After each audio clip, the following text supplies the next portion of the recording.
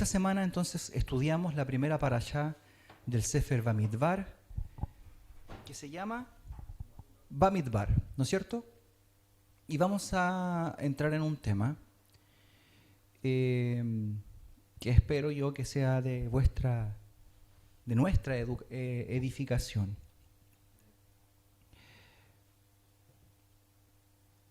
El Eterno se dio la necesidad de escribir la Torá, de darnos la Torá. Y cuando nosotros leemos la Torá, que es difícil, ¿no? Ustedes se han podido dar cuenta que leer la Torá y entenderla no es fácil. Uno lee el libro de Bamidbar, lee el libro de Vaikra y tiene temas y asuntos que uno dice, ¿qué puedo aprender de aquí? ¿Y qué lección puedo sacar para mi vida desde estos textos? La Torá está llena de leyes, de temas de pureza, temas relativos al comportamiento dentro del servicio sacerdotal, y por lo tanto es difícil encontrar una enseñanza contemporánea, actual, que nos sirva, a menos que seamos iluminados por nuestros sabios y seamos iluminados por el Eterno y podamos entender la dinámica que tiene la Torá con la educación del hombre, es decir, lo que Dios nos quiere enseñar por medio del texto de la Torá.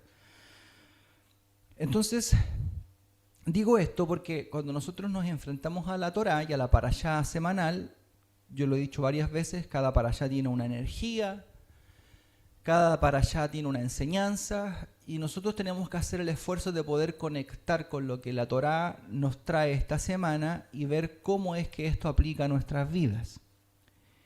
Cuando la Torá nos trae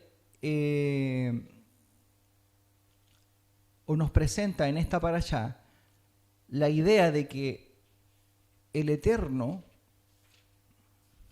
habló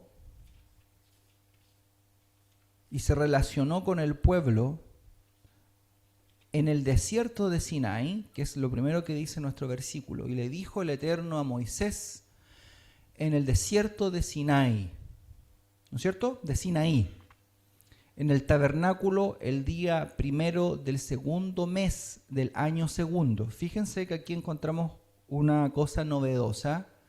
No sé si ustedes se han dado cuenta, estamos en el cuarto libro de la Torá, pero el cuarto libro comienza con un relato que lo sitúa en el día primero del segundo mes del segundo año. ¿Me siguen?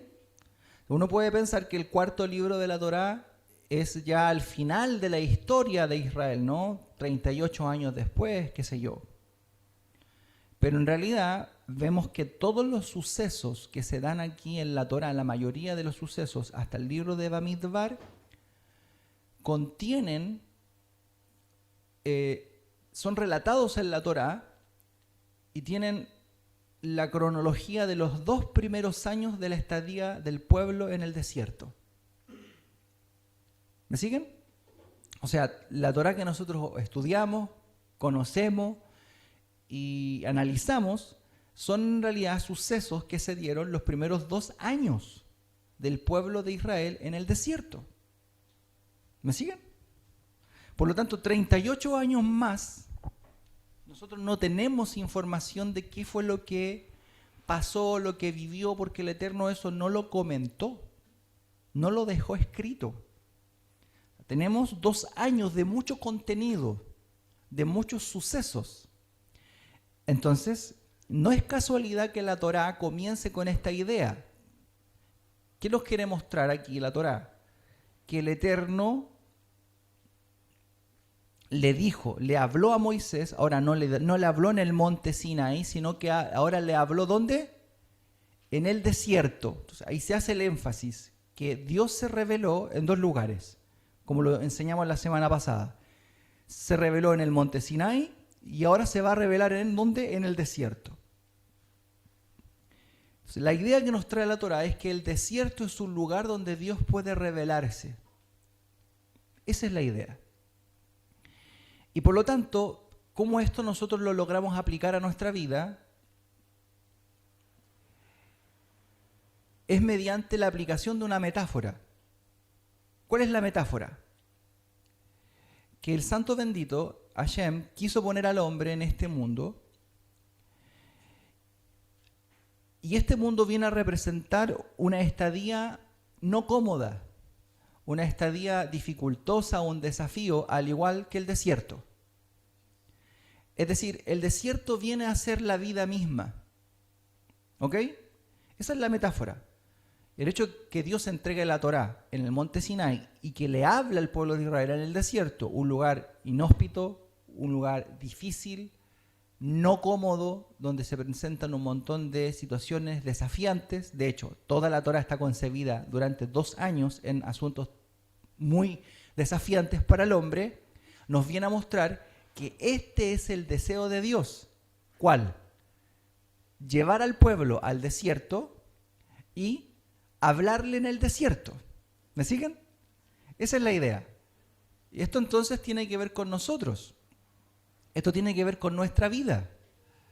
Tiene que ver con que si nosotros no estamos en el desierto, porque lo más probable es que nosotros estemos en una ciudad con todas las comodidades que eso involucra y que eso nos permite, es probable que esto sea una metáfora. La Torá es en el fondo una metáfora de cómo Dios quiere relacionarse con el hombre desde ciertas situaciones que son igual a un desierto, que le proporcionan al hombre una experiencia única en todo su desarrollo, en toda su vida, donde Dios se va a poder acercar al hombre. De otra forma no sería posible acercarse al hombre. Estoy intentando entrar con la idea, a veces estoy un poquito lento, pero me tienen que ahí esperar. Ya voy. ¿Qué pasa? A ver, lo vamos a poner así. En la semana le mandé un video a mi esposa del nacimiento del Joseph, de mi hijo más chiquitito, del pequeño. Un video que yo le grabé a ella y al Joseph, cuando el Joseph salió del vientre y nació, el primer día de su nacimiento, lo pusieron en el pecho de mi esposa, y ahí estaba él todo, no sé cómo se dice, con las cositas que salen, ¿no es cierto?, del cuerpo, del vientre de la mamá. Estaba todo manchadito, qué sé yo, chiquitito, así con su carita arrugadita, parecía que venía del planeta Marte, ¿no es cierto? Ahí estaba. Y fue puesto en el pechito de su mamá y estaba calladito. Lo pusieron ahí y estaba en el vientre, pero lo pusieron ahí y estaba calladito. Y de pronto, por lo menos lo que recordamos del video, es que él empezó a llorar y sacó un grito, ¿no es cierto? De ahí no paró de gritar. Sacó un grito de llanto. Y los rabinos nos explican que el nacimiento de un bebé, de una persona, es el primer trauma con el cual el bebé va a lidiar, la persona va a lidiar desde pequeño. La palabra Mitzrayim significa estrechez, y en términos místicos, Egipto es el útero de una mujer, en términos místicos. Egipto representa el útero de la mujer, o el útero de Dios, en términos mucho más místicos todavía. Es decir, el lugar de donde nosotros venimos, de donde vienen nuestras Neshamot, nuestras almas, es un lugar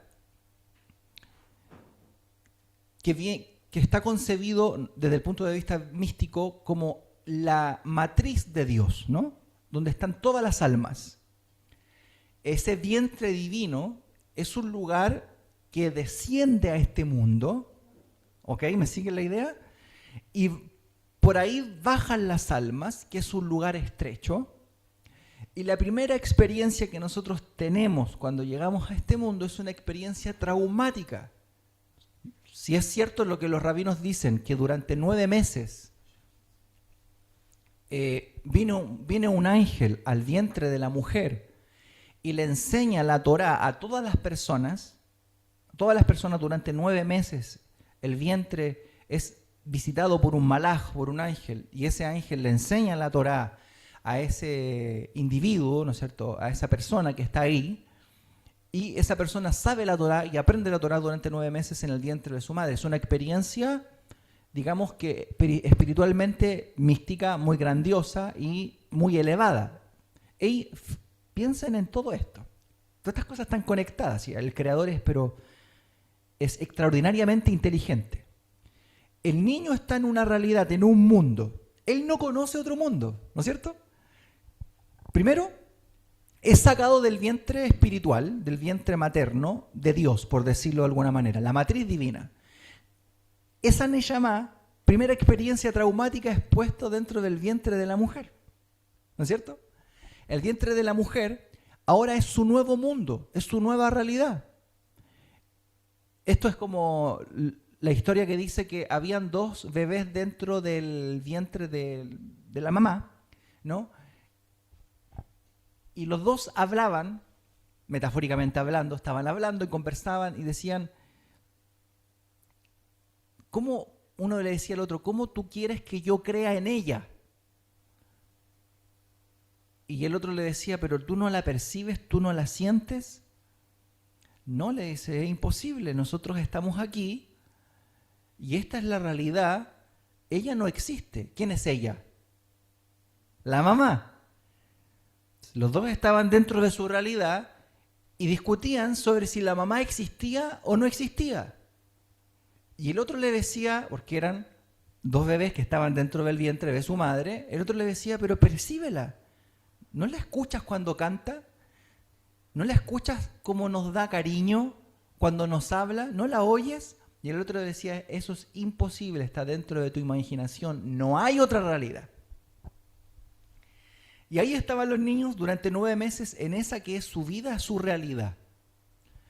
De pronto llega el momento de dar a luz, ¿no es cierto? Y los niños salen de esa realidad a otra realidad. Esa es una experiencia traumática, desde el punto de vista del alma, venir a existir a un mundo que no conocen, ¿no es cierto? Y de pronto sienten un apego que les da calma, que es el apego que sintió, ¿no es cierto?, el bebé cuando lo pusieron en el pecho de su madre.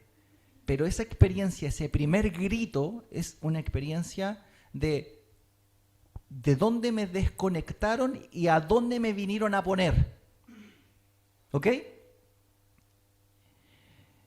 Quiere decir que el Eterno quiere que los procesos del hombre contengan ciertos eventos traumáticos, que la vida del hombre contenga ciertos eventos traumáticos que le van a permitir algo que sería imposible conseguir si no fuera por medio de estos eventos traumáticos. ¿Qué pasaría si el Eterno quitara la palabra sufrimiento del mundo?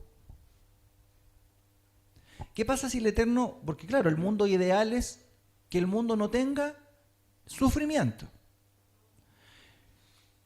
Que todo sea felicidad, que no haya nada, no haya dolor y no haya sufrimiento. Y de hecho hay un mundo que es así.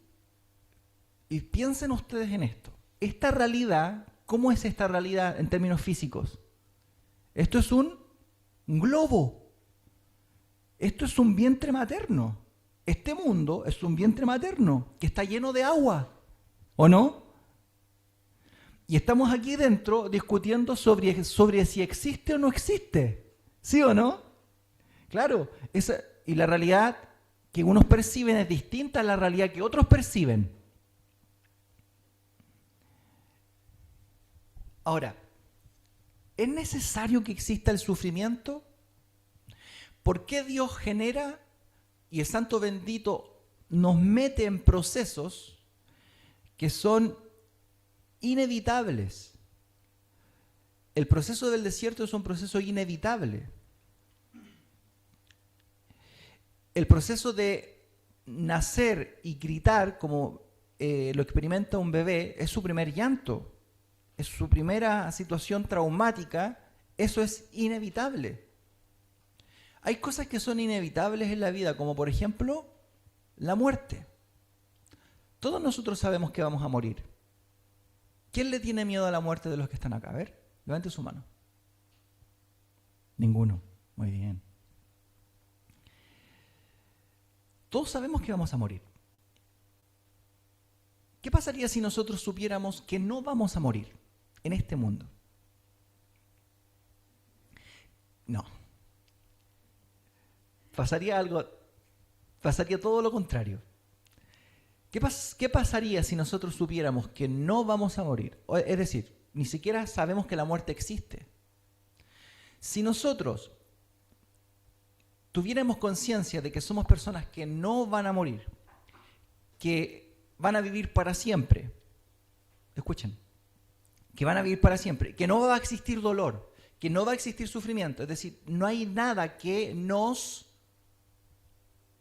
despierte, que nos incomode o que nos desafíe, entonces, ¿qué es lo que pasaría? Yo estaría conversando con Felipe, ¿no es cierto? Y Felipe estaría en su cama y yo vendría a saludarlo y le diría, hola Felipe, ¿cómo estás? Bien, More, me diría él. ¿Cómo estás tú? Bien también. Oye Felipe, ¿cuánto tiempo llevas en esta cama? 100 años, me diría Felipe. ¿Y por qué no has pensado moverte? Sí, me diría Felipe, tengo pensado en movilizarme dentro de 100 años más.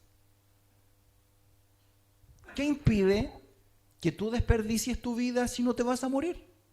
¿No es cierto? Nada. ¿Me van siguiendo en la idea? Entonces, ¿por qué es necesaria la muerte? Porque de esa manera vamos valorando la vida y el tiempo que nos queda.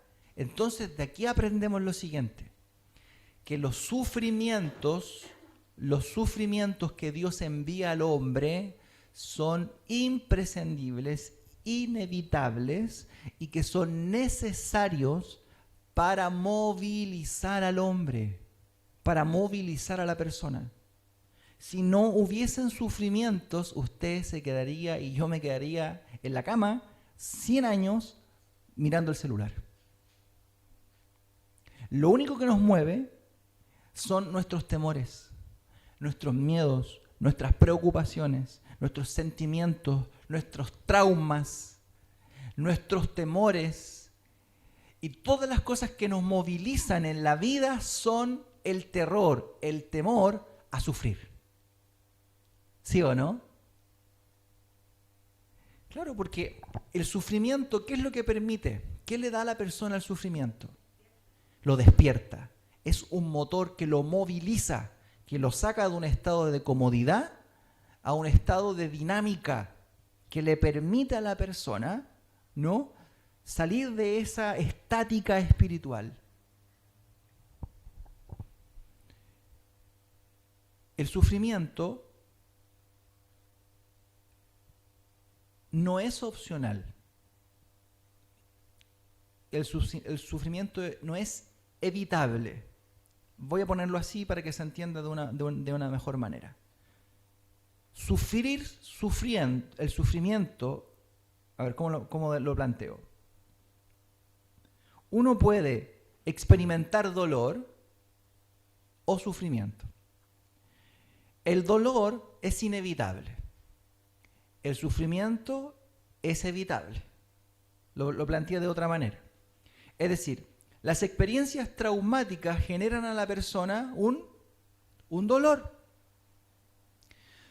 Ese dolor es inevitable y ese dolor va a hacer que la persona pueda despertar y movilizarse. Y desde ese acontecer traumático, Dios va a sacar algo en beneficio de la persona. Lo que es evitable es abrazar el dolor. ¿Me entienden? Es abrazar el sufrimiento, aferrarse a él y sufrir para toda la vida. Entonces, el sufrimiento, visto desde este punto de vista, es evitable. Lo que no es evitable es el dolor que causa ese sufrimiento.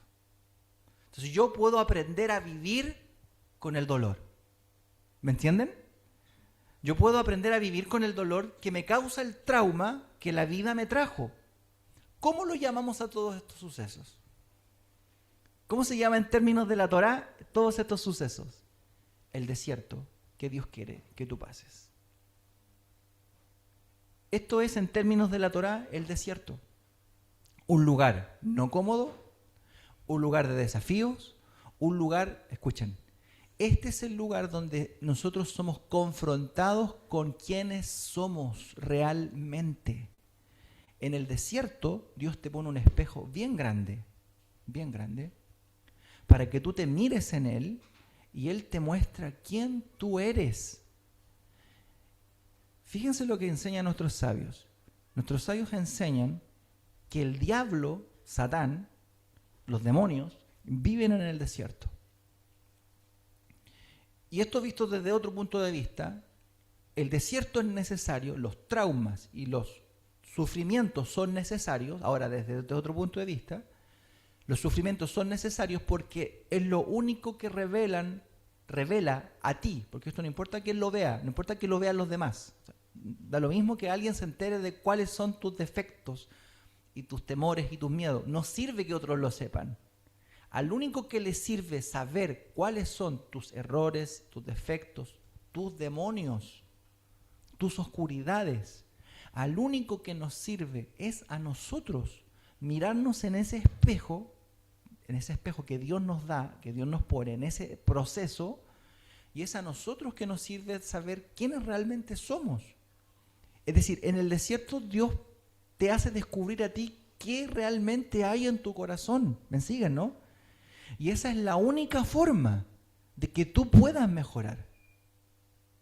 Que tú realmente te des cuenta qué es lo que hay en tu corazón, quién eres realmente, y que tú veas cuáles son tus demonios. Esos demonios se descubren solamente en el desierto. ¿Se entiende cuando digo demonios, no? La oscuridad, ¿no? La oscuridad que hay en la parte negativa que está dentro de nosotros y que nosotros la tapamos, ¿no? A ver, ¿con qué tapamos toda esa oscuridad? Sí, pero la sociedad nos permite taparla y la estructura de la vida nos permite tapar esa oscuridad. Se tapa con todo lo que hacemos diariamente, con nuestra entretención, con nuestra diversión. Por eso una persona entretenida, divertida, una persona ocupada, puede estar drogada por años, drogada de las situaciones que hace, ¿no? De su entretenimiento, drogado de su pasarla bien, drogado de su trabajo, drogado de dinero, drogado de placeres. Hasta cuando hay un punto en la vida que Dios le permite enfrentar o lo hace enfrentar una situación traumática que va a hacer que él vea quién es realmente él o ella. Y es la única manera de descubrir lo que hay en mí, lo que hay en mi corazón. Porque uno piensa que, por lo general, la opinión que uno tiene de uno mismo es una opinión muy, ¿cómo es que se dice? Complaciente. Es una opinión complaciente. Claro, uno no ve el mal que hay en uno.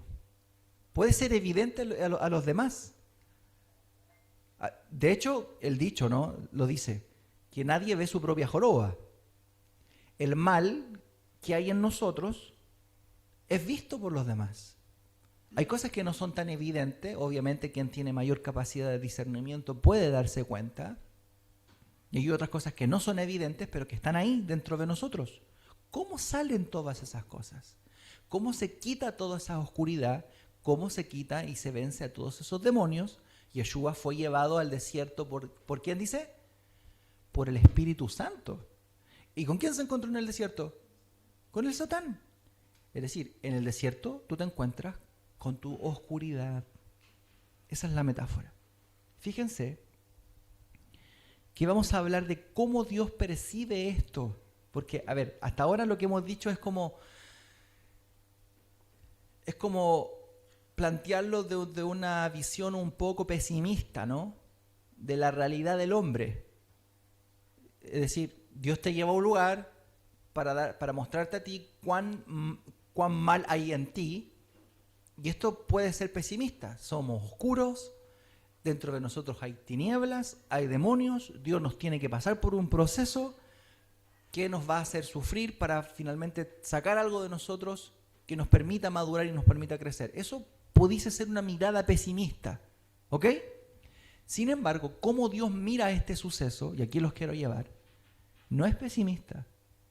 Todo esto que el hombre tiene que experimentar en la vida, procesos, desiertos distintos que tenemos que vivir y traumas distintos que tenemos que enfrentar, que están aguardando por nosotros. Ahora vamos a hacer la pregunta que a lo mejor Felipe me hizo así con la mano. ¿Es inevitable el sufrimiento? Depende. Porque hay situaciones que sí o sí vas a tener que vivir, que están decretadas por Hashem, que son parte de tu proceso en este mundo, de tu alma. O sea, tienen que ver con tu tikkun y tienen que ver con lo que tú aceptaste antes de venir al mundo, el contrato que tú firmaste, y eso vas a tener que hacerte cargo de esos responsables siempre, toda la vida. La mamá que tuviste, el papá que tuviste, los papás que no tuviste, qué sé yo, la enfermedad que tuviste, la muerte de alguien, la pérdida de alguien, lo que sea. Todas esas cosas son contratos que usted firmó, no se pueden evitar. No tienen que ver con su carencia personal. No tiene que ver con las cosas que Dios va a mejorar en usted. Pero sí tiene que ver, va a ayudar a su proceso y a su desarrollo, porque sin estas cosas usted también sería incapaz de desarrollarse, de moverse, porque el sufrimiento le permite a la persona movilizarse, ¿no es cierto? Y hay otros sufrimientos que están en nuestra mano, ¿no? Que podemos evitar. ¿Cómo pudiésemos evitar estos sufrimientos? Que es difícil, pero que esta es la voluntad de Hashem, oyendo la Torah, aplicando la Torah, viviendo la palabra de Dios, ¿no es cierto? Y esto es ser obediente, igual a ser obediente. Pero para llegar a un nivel de obediencia que nos evite problemas, es un trabajo que no se hace solo. No es piloto automático. Cuando una persona vive con piloto automático, entonces los sufrimientos son inevitables. ¿Me siguen? Claro, usted vive en piloto automático, lo que le espera a la vuelta de la esquina es un sufrimiento que lo va a movilizar, lo va a remecer para que usted pueda acercarse a su propósito de vida. Si usted vive mirando el celular todos los días de su vida, ustedes me entienden la metáfora, ¿no? Mirar el celular significaría vivir en piloto, ¿no es cierto? Y vivir sin ningún objetivo, sin ninguna trascendencia, sin nada. Usted en algún momento de su vida se va a encontrar con una situación que lo va a mover de ahí, una situación traumante. Por eso son necesarios los desiertos. Y toda la Torá se da en el desierto porque aquí, y solo aquí, Dios nos puede hablar.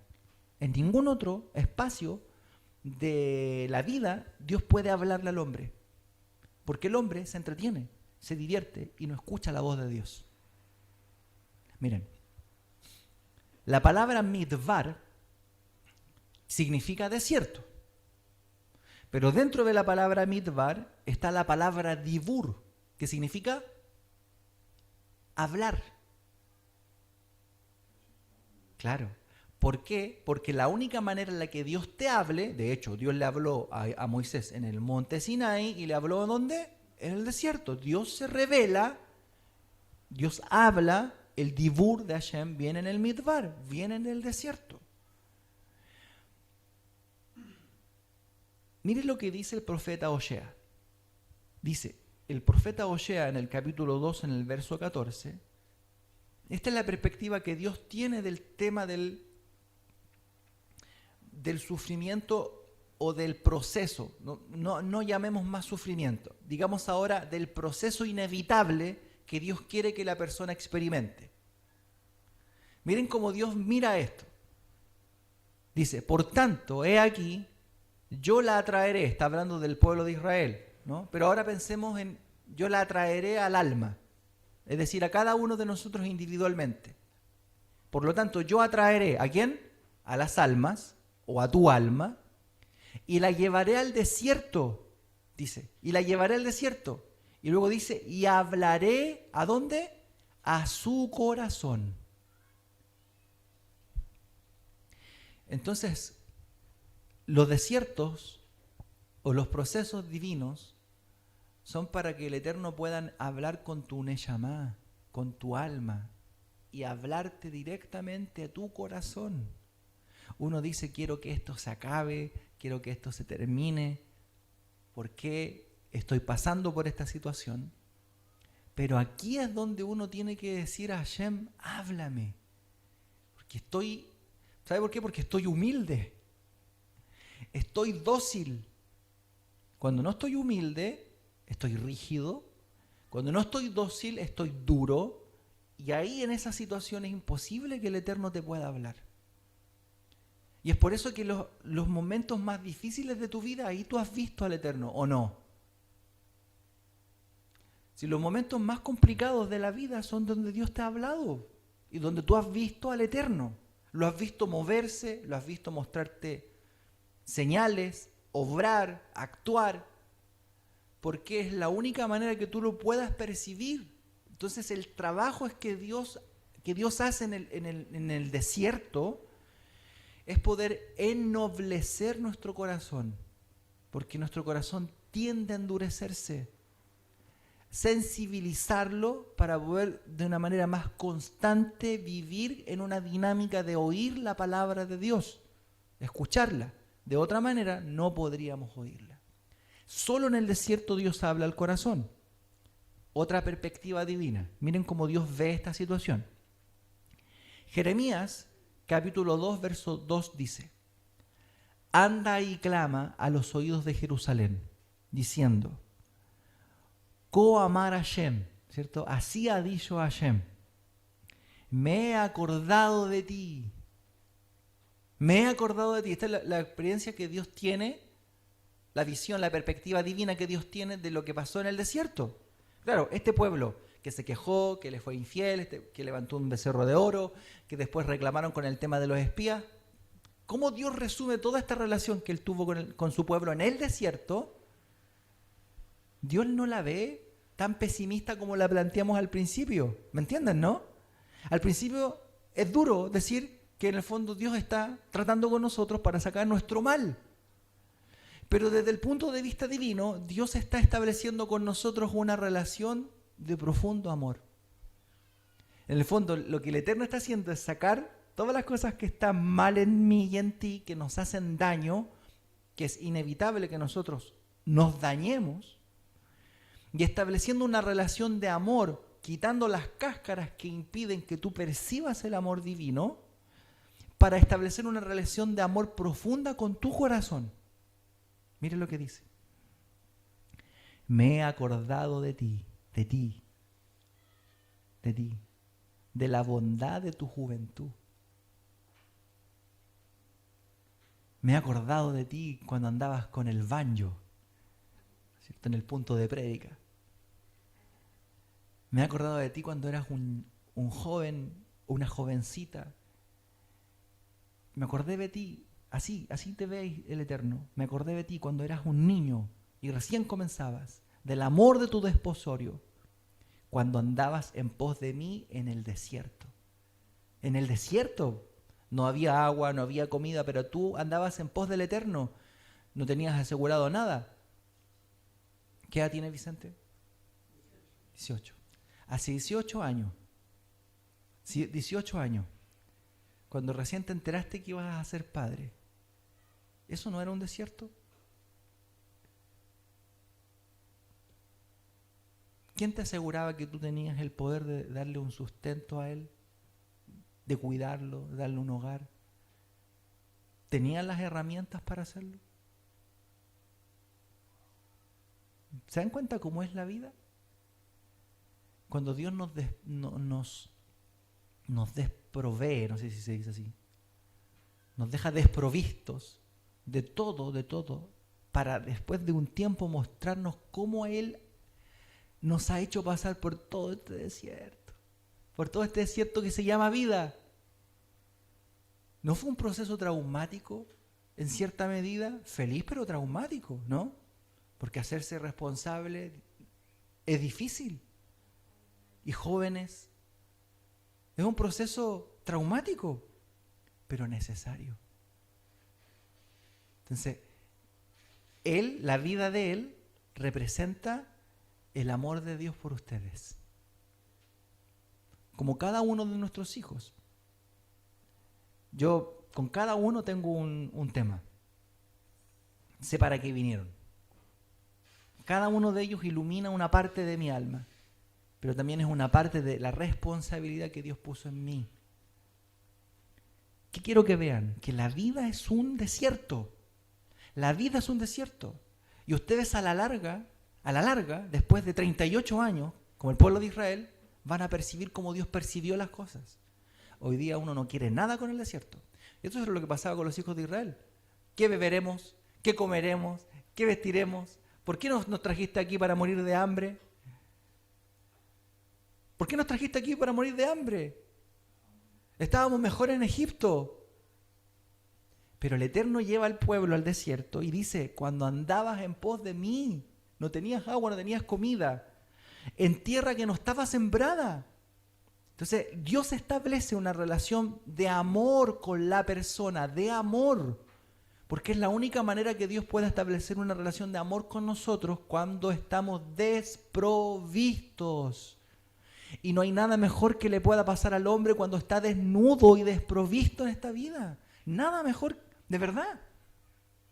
Cuando estamos arrogantes, cuando estamos soberbios, cuando pensamos que lo tenemos todo, cuando te sientes desnudo espiritualmente y cuando te sientes sin mitzvot, también, cuando moralmente estás aplastado porque pecaste y le fallaste al Eterno, cuando quieres ponerte un poco de higuera sobre tus partes para cubrir tu desnudez, no hay nada mejor que ese momento para ti, para que puedas comprender que Dios es quien te viste, que el Eterno es quien te sustenta durante toda la vida. Si van a pasar los años y uno va a mirar hacia atrás y uno se va a dar cuenta, Hashem bendito, estuviste siempre conmigo. Pusiste a las personas que tenías que poner a mi lado. Pusiste amigos. Ese amigo era el que yo necesitaba, no otro. Ese moré era el que yo necesitaba, no otro. Pusiste las circunstancias, el trabajo, todo. Pero ¿cuándo nos vamos a dar cuenta? Después que la película termine. Mientras estamos en el desierto, ¿sabes lo que tenemos que hacer? Dejar al Eterno que hable a nuestro corazón. Miren, sigamos viendo cómo Hashem percibe todo esto. Bamidbar Rabá dice, ¿por qué la Torá? Pregunta nuestro Jajamín, ¿por qué la Torá fue dada en el desierto? Y responde, todo aquel que no se hace a sí mismo, como un desierto, ahí usa la palabra ekfer, no puede adquirir la sabiduría de la Torá. ¿Cómo es un desierto? Vacío, inhóspito, no está sembrado, no está lleno de frutos, todo aquel que no se hace como un desierto. Es decir, toda persona amada de Hashem, escuchen, llamada por Él a tener una relación personal y profunda con Él. Que esto es lo que la gente no cree. Este es el problema. La gente cree que Dios habla con el rabino y con el moré. Es un error garrafal, gigante. Dios quiere tener una relación contigo. Y esa relación es única y es espiritual. En este desierto que se llama vida, aquí Dios quiere hablar contigo. Y quiere saber cómo está tu corazón y quiere que tú hables con Él, no por un tema religioso, decíamos al principio, no es por esto de quién ora más, quién busca más a Dios, no. Se trata de establecer una relación de amor profunda y honesta con Hashem. Es decir, los procesos incómodos y desafiantes que harán que la vida se vuelva en una verdadera encrucijada respecto de las elecciones más elementales de la vida. Aquí tenemos un futuro matrimonio. Se van a tomar de la mano Y ahí va a partir la historia. Cuando se casen, va a partir la historia de vuestro desierto. Uno dice, yo me caso para ser feliz. Y es así. Y es así. Pero juntos van a enfrentar un desierto. Se van a tomar de la mano y Dios los va a llevar a momentos, a lugares secos, inhóspitos, donde se van a sentir solos, no acompañados, no queridos. Y ahí donde el hombre tiene que buscar a su Dios. Y es ahí donde la mujer tiene que también pensar en su Dios.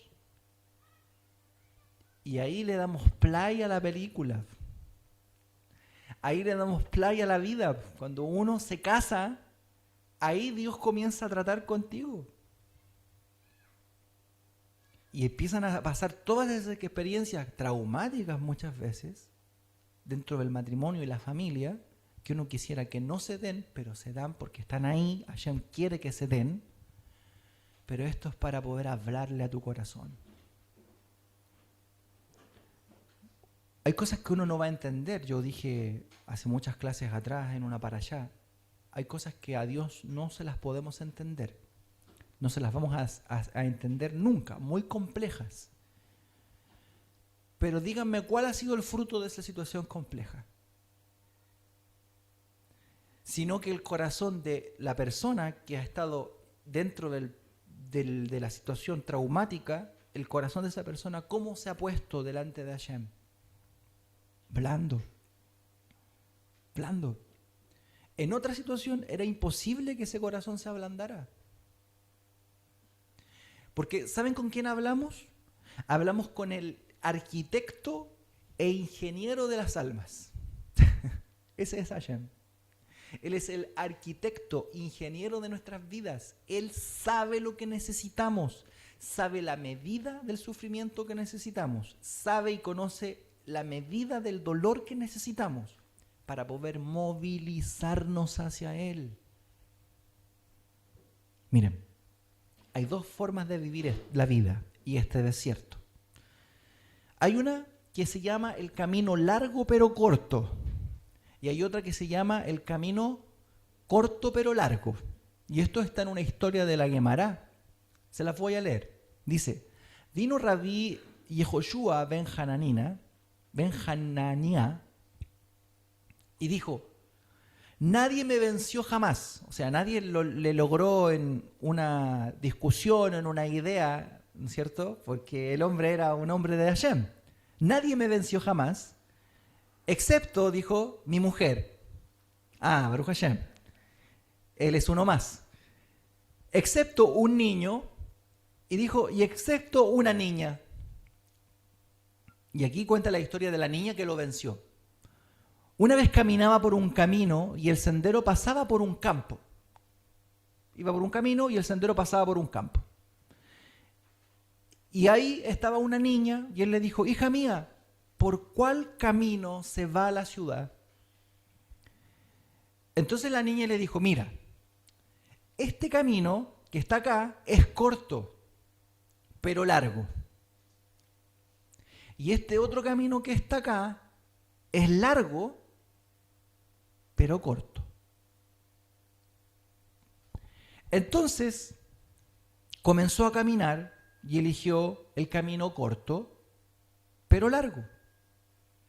Cuando comenzó a caminar, descubrió que el camino terminaba rodeado de huertos, de obstáculos, de barro, y que no podía salir de él.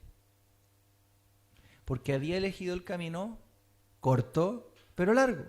Se devolvió y le dijo a la niña, hija mía, me dijiste que este era el camino corto, ¿por qué me diste esta idea? Y le dijo, no, yo te dije corto, pero largo. Entonces Rabí Hananina dice, entonces la miré y la besé en la frente y entendí.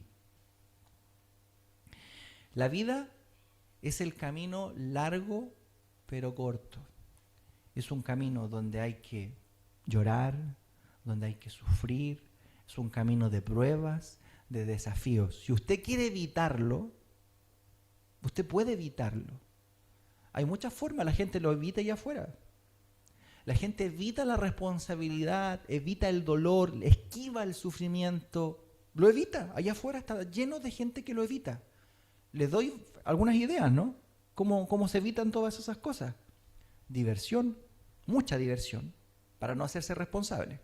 Dinero, vicios, drogas, placeres, alcohol, omisión. Simplemente no hacer nada, vivir en modo piloto y automático. Eso es el camino fácil. Si el punto es que tú sabes, escuchen, en el desierto que uno sabe que uno tiene un problema. Uno sabe que uno tiene un dolor con el cual uno carga. ¿Me siguen, no? Porque esto es un tema espiritual. El alma lleva un dolor. Lleva una necesidad, una carencia, esto viene de fábrica. Y la persona tiene que descubrir cómo enfrento este dolor, por qué tengo este dolor.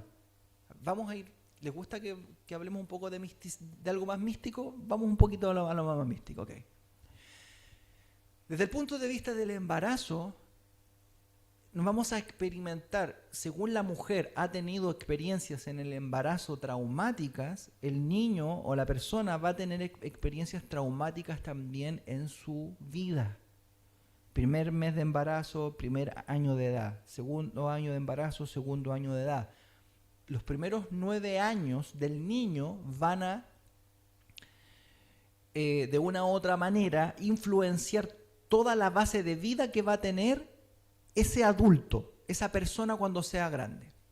Incluso antes, desde el momento en que fue concebido por sus padres, eso va a arrojar tal energía sobre la nueva criatura, ¿no es cierto?, que va a traer ciertas sentencias, inclinaciones, producto de quienes son sus padres. Todo esto viene por gen, viene por cómo la madre tuvo ese embarazo, si la mamá sufrió o no sufrió en ese embarazo, si tuvo temores o no tuvo temores, si tuvo traumas o no los tuvo, si fue golpeado o no fue golpeada, si fue amada, si no fue amada, si fue amado o no fue amado este hijo que viene al mundo, si fue rechazado o no fue rechazado. Ustedes saben que a mí me quisieron abortar, no mi mamá, pero sí los padres de mi madre. Y yo he vivido durante toda mi vida con esta sensación de no ser querido, de no ser amado, hasta que descubrí al Eterno. Y Él sanó en mí, o me ha estado enseñando cómo sanar esto. Esto no se sana automáticamente. Tienes que concientizar. Hay partes de ti que son tu oscuridad, tu dolor, tu desierto. Y es ahí donde tú tienes que profundizar. Aquí yo los invito a una relación con Dios profunda. Escarben dentro de su alma.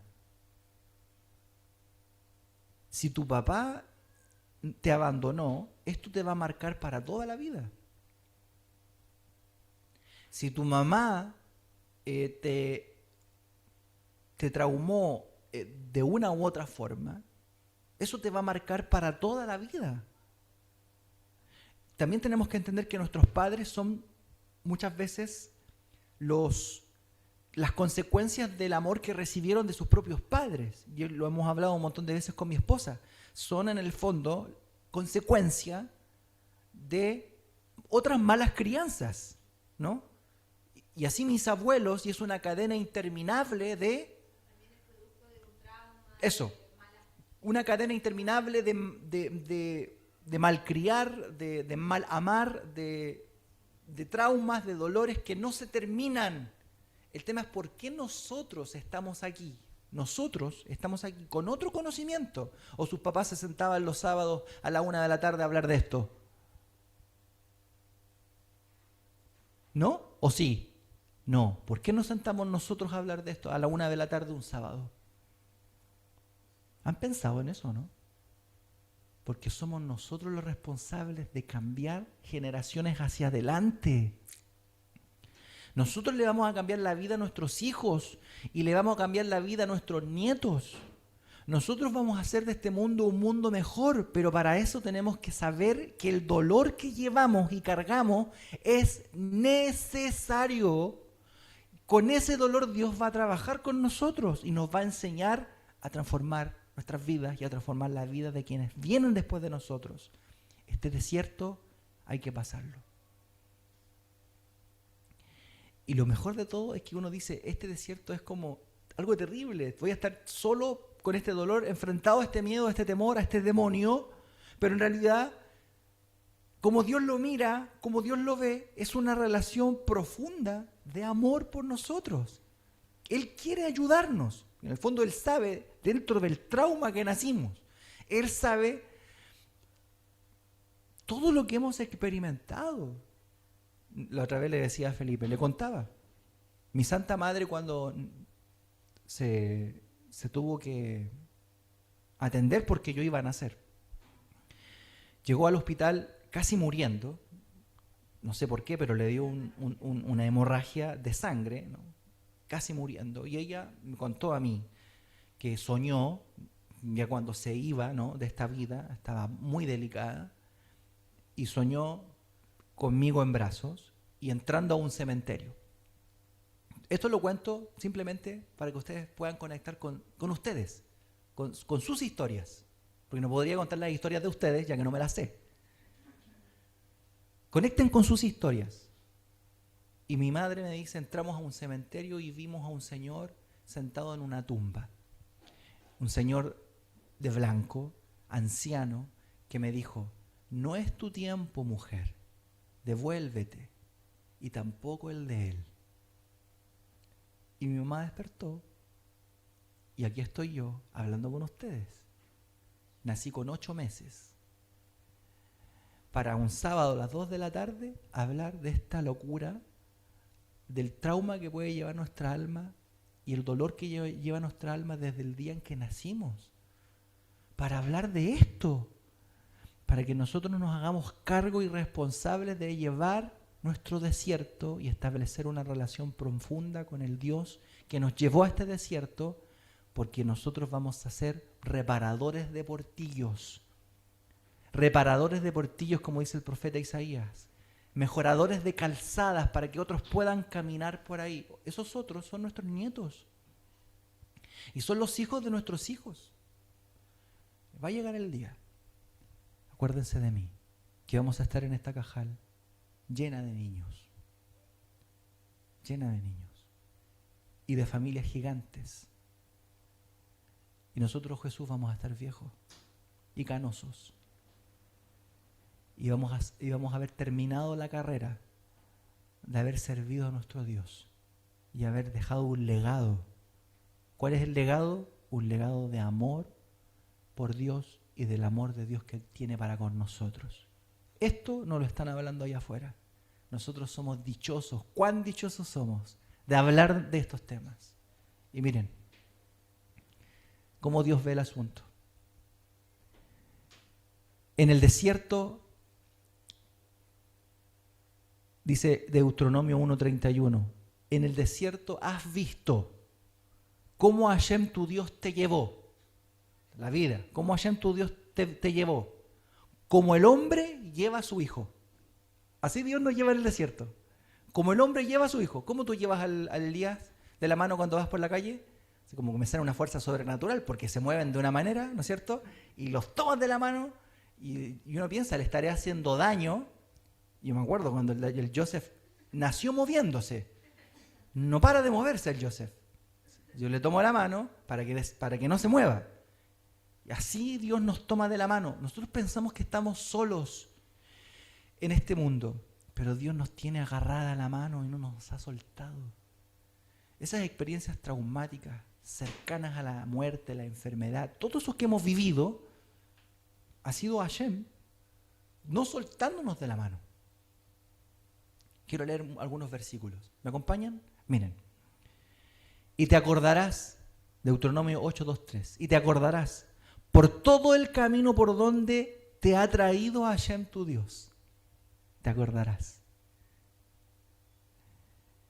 Estos 40 años en el desierto, para afligirte, para probarte, para saber lo que había en tu corazón, si habías o no de guardar sus mandamientos, y te afligió, y te hizo tener hambre. Pero mire lo que dice ahora. Pero te sustentó con maná, comida que no conocías tú ni tus padres la habían conocido, para hacerte saber que no solo de pan vive el hombre, sino de toda palabra que sale de la boca de Hashem, un día sábado a la 1:47 de la tarde. Otro versículo. Y en el desierto has visto que Hashem tu Dios te ha traído, ya lo leí, como un hombre trae a su hijo por todo el camino que habéis andado.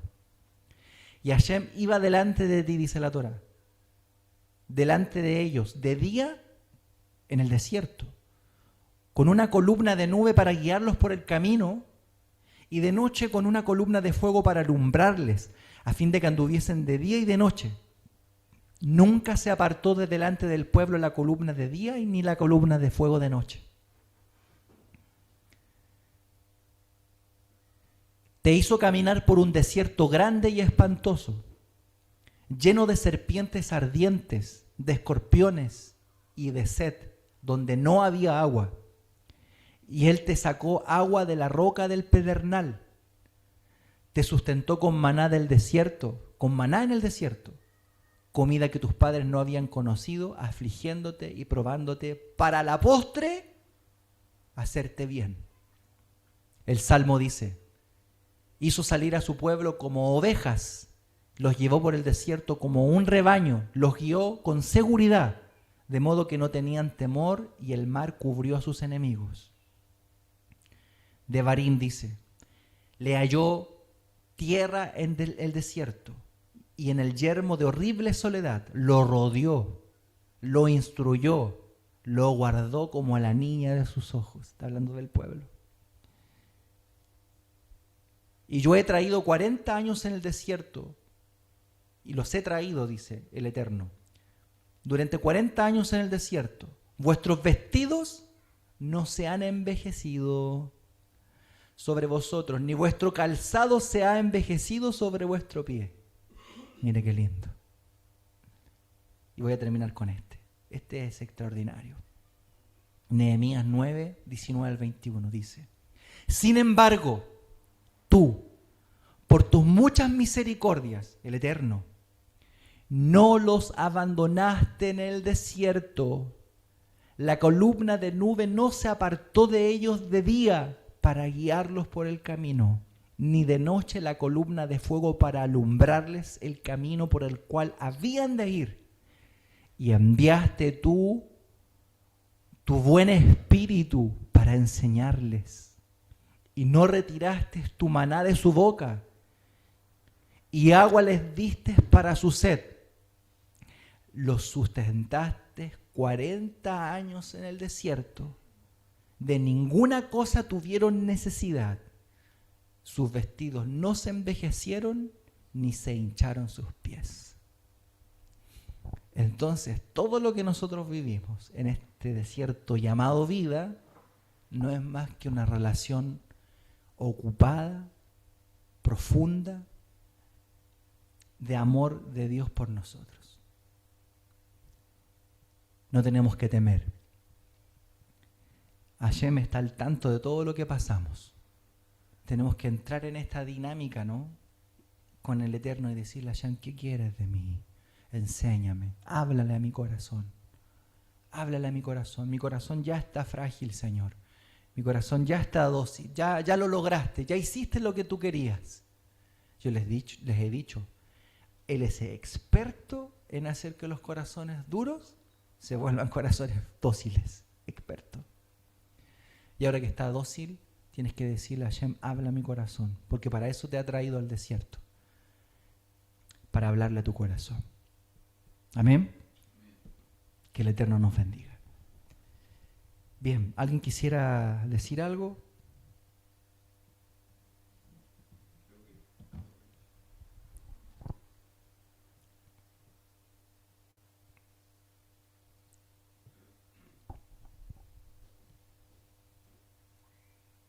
¿Alguien quisiera decir algo? Amén. Por favor, nuestros hermanos allá en Colombia.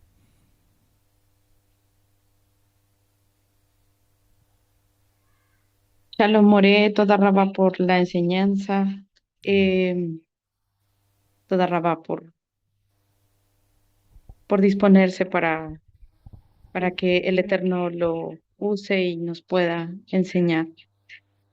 Y More, yo escuchándolo, bueno, aquí con mis papás escuchándolo, hay algunas dudas que nos surgieron.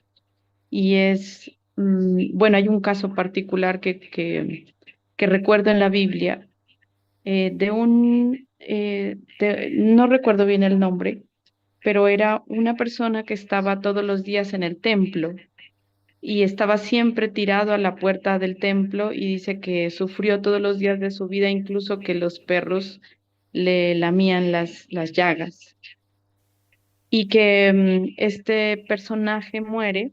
Ah, bueno, y que dentro del templo había otra persona que pues siempre le iba muy bien. No recuerdo los nombres de los dos personajes, pero esto está en el Nuevo Testamento, en el Brit Hadashah. Y la Biblia dice que este personaje llega al cielo y que está abrazado está en los brazos, en el regazo de Abraham, y que Abraham es como lo está consolando de todas sus aflicciones aquí, mientras que el otro personaje está por decirlo así, en el infierno y que está consumido de dolor y le dice a Abraham, dile a Lázaro que venga y me remoje los labios, porque aquí hace mucho calor. Entonces Abraham le dice, entre este mundo y este mundo y tu mundo hay un abismo, no podemos ir hasta allá. Y More, aunque la enseñanza de este pasaje es otra, siempre me conmueve mucho el sufrimiento de este personaje de Lázaro, porque él sufrió toda su vida y de acuerdo a la enseñanza que usted nos da, pienso que el desierto y el sufrimiento, el punto está en encontrar el propósito del sufrimiento y del desierto. Pero hay desiertos y sufrimientos que duran toda la vida y en los que solamente vamos a conocer el propósito cuando estemos allá con el Señor, porque o sea, hay sufrimientos que como que no se logra encontrar el sentido aquí en la tierra, y pienso yo en este ejemplo que le estoy dando. Hay otro ejemplo que tengo, More, y es, hay un amigo que cuando estábamos en décimo, mi amigo, por una bala perdida, perdió a su hermano, y el papá no soportó el dolor y a los pocos meses el papá enfermó y el papá también murió. Entonces mi amigo no tenía la fuerza para resistir todas estas dos situaciones seguidas y él empezó a drogarse, a drogarse, a drogarse, y durante toda la universidad dice mi amigo que él se drogó de todo, se metió de todo tipo de drogas. Em, Hace unos años yo reconecté con él y ya mi amigo es otra persona, o sea, él no, bueno, mi compañero, no éramos muy amigos, pero ahora tratamos de hablar y mi compañero ya no habla ni siquiera bien. La droga produjo tal daño en su cerebro que él es un paciente psiquiátrico, tiene esquizofrenia, episodios de psicosis, y la mamá vive con él y bueno, ya la mamá tiene su edad. Y muchas veces él me escribe y me dice, acabo de salir del hospital psiquiátrico porque me dio otra crisis. Y bueno, yo trato de decirle que busque no escuchar música oscura o ver programas oscuros, porque a veces eso lo lleva, lo arrastra peor. Y cuando pienso en él, More, él se llama Javier Arevalo, es una de las personas por las que siempre oramos. Y cuando pienso en él, yo le digo al Señor, ¿y aquí qué? Señor, ¿qué? ¿cómo lo podemos ayudar? Y bueno, no es la única persona. Yo no sé por qué, More, pero a nosotros siempre llegan personas que tienen dificultades mentales y no sabemos cómo ayudarlas y no sabemos cómo decirle y orar al Señor y decirle, bueno, Señor, ¿cómo encuentran ellos un propósito en este sufrimiento? Y también cómo los ayudamos en este sufrimiento que parece que no es como una enfermedad física, que uno dice, bueno, hay un remedio, hay un alivio, sino que es una enfermedad que uno no sabe cómo abordar, cómo tratar. Entonces, More, escuchándolo, mi mamá y yo, para redondear la idea, mi mamá y yo decíamos, bueno, en el sufrimiento uno vive, hoy lográbamos identificar que uno vive varias etapas, como que lo primero que le da a uno es un berrinche, una pataleta que uno le hace al Señor, como de, pero ¿por qué esto me está pasando a mí? Yo no lo puedo aceptar. Y como dice usted, More, después el Señor, el sufrimiento humilla nuestro corazón y nos permite estar en la posición correcta para tener los oídos abiertos a lo que el Señor nos quiere decir. Mm, y creemos que hay como unas etapas, no sé, que pues intuimos que hay unas etapas que uno vive en estos procesos, pero por ejemplo en estos casos, More, donde el sufrimiento no haya sentido, donde no hayamos como consolar a otros, y cada vez es más difícil cómo, qué, qué podemos hacer, More, cuál es nuestro, qué hacemos en estas circunstancias. Toda Rabá, More, y nuevamente, toda Rabá por la enseñanza, toda Rabá por contestar a nuestras preguntas, toda Rabá por sus oraciones, por su paciencia, por su dedicación, por su disposición, por la suya y por la de toda su familia. Créame que aprovechamos este momento para decirle a usted y a su familia que persiste cada sábado, que apreciamos, valoramos profundamente su entrega al Señor y su esfuerzo al Señor, y los honramos como nuestros Moré, como nuestro Moré y su familia, como la familia que está ahí a su lado y son nuestra autoridad, y queríamos agradecerles, honrarlos, agradecerle al Señor por sus vidas y agradecerle al Señor por ponerlos ahí a nuestro lado, a estar ayudándonos en medio de las dificultades, More. Queríamos agradecerle de todo corazón, y bueno, honrarlo ahí a usted delante de toda la comunidad y delante de su familia y del Eterno, porque es maravilloso contar con usted y con su apoyo. Y bueno, y de alguna manera creemos que el Eterno ha hecho que cada uno, incluso ustedes, pasen por diversos sufrimientos, y que el hecho de estar sentado ahí, More, es una respuesta del sentido que ha tenido cada sufrimiento suyo y de su familia.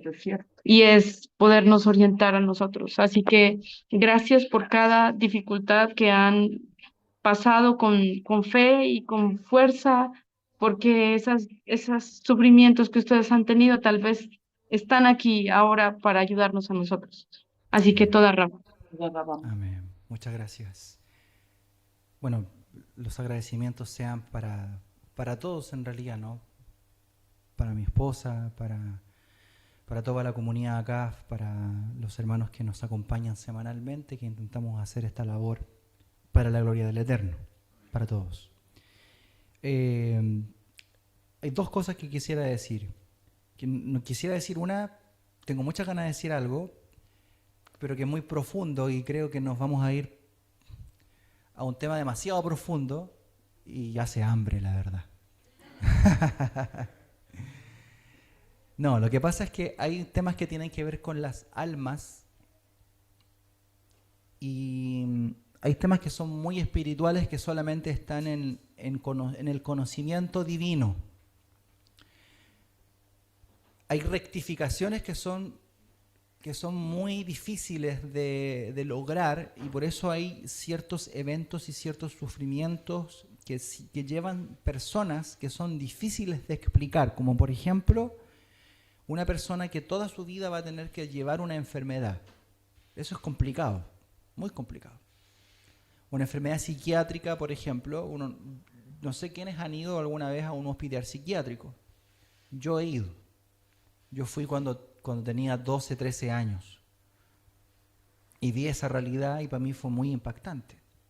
Hay personas jóvenes de 30 años enfermas. Un joven de 30 años que nunca más va a poder, nació, entre comillas, bien, y de pronto a cierta edad ese problema se asentó y ahora nunca más va a ser una persona normal, ¿no es cierto? O mentalmente sana. Y eso es complejo desde el punto de vista del análisis, ¿no es cierto? Uno dice, wow, esto es muy difícil. Entonces, eso está en el conocimiento de Hashem. Y hay algo que decir, hay respuestas que no las tenemos nosotros, que solamente las tiene Dios. Solamente las tiene Hashem. Y un día vamos a comprender como Él comprendió. Vimos cómo la Torah percibe nuestra situación, ¿no? La mirada que Dios tiene de nuestra situación. Entonces hay una mirada divina que nosotros ignoramos. Eso es por una parte. Y la otra cosa que iba a decir, ¿qué otra cosa me faltaba decir?